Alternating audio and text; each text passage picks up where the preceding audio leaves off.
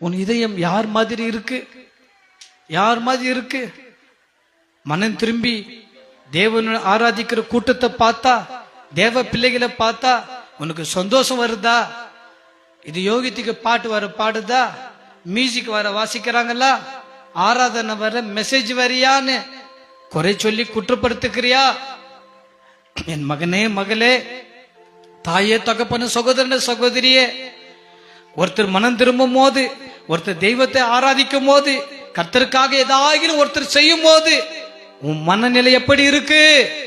மூத்தவன் போல எரிச்சல் அடைந்து, கோபம் அடைந்து, அப்பாவை துக்கப்படுத்தி, எவ்வளவுதான் அப்பா உனக்கு கிருபையும் இரக்கமும் பாராட்டி தம்முடைய வசனத்தினால தேற்றினாலும் அப்பாவை விட்டு தூரமா இருக்கிறியா? அப்பா வீட்டுக்குள்ள போக மனசே இல்லாத போயிடுச்சு. அவனுக்கு மனம் மாறுவதற்கு மனசு இல்லையா? ஜென்ம சுபாவங்கள் மாறுவதற்கு நீ ஒப்பு கொடுக்கவே மாட்டியா? அப்பா கிட்ட இன்றைக்கு நெருங்கலாமா? அப்பா, இந்த மூத்த குமாரனை போல நான் இருக்கக்கூடாது சுவாமி. என் மக்கள், என் சொந்த ஜனங்கள் மனம் திரும்பும் போது நான் சந்தோஷப்படணும்.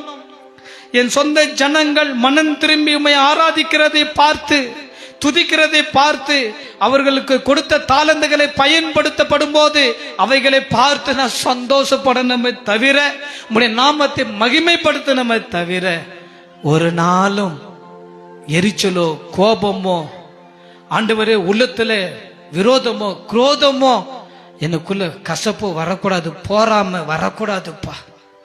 எனக்கு நல்ல சுபாவத்தை தாரும்.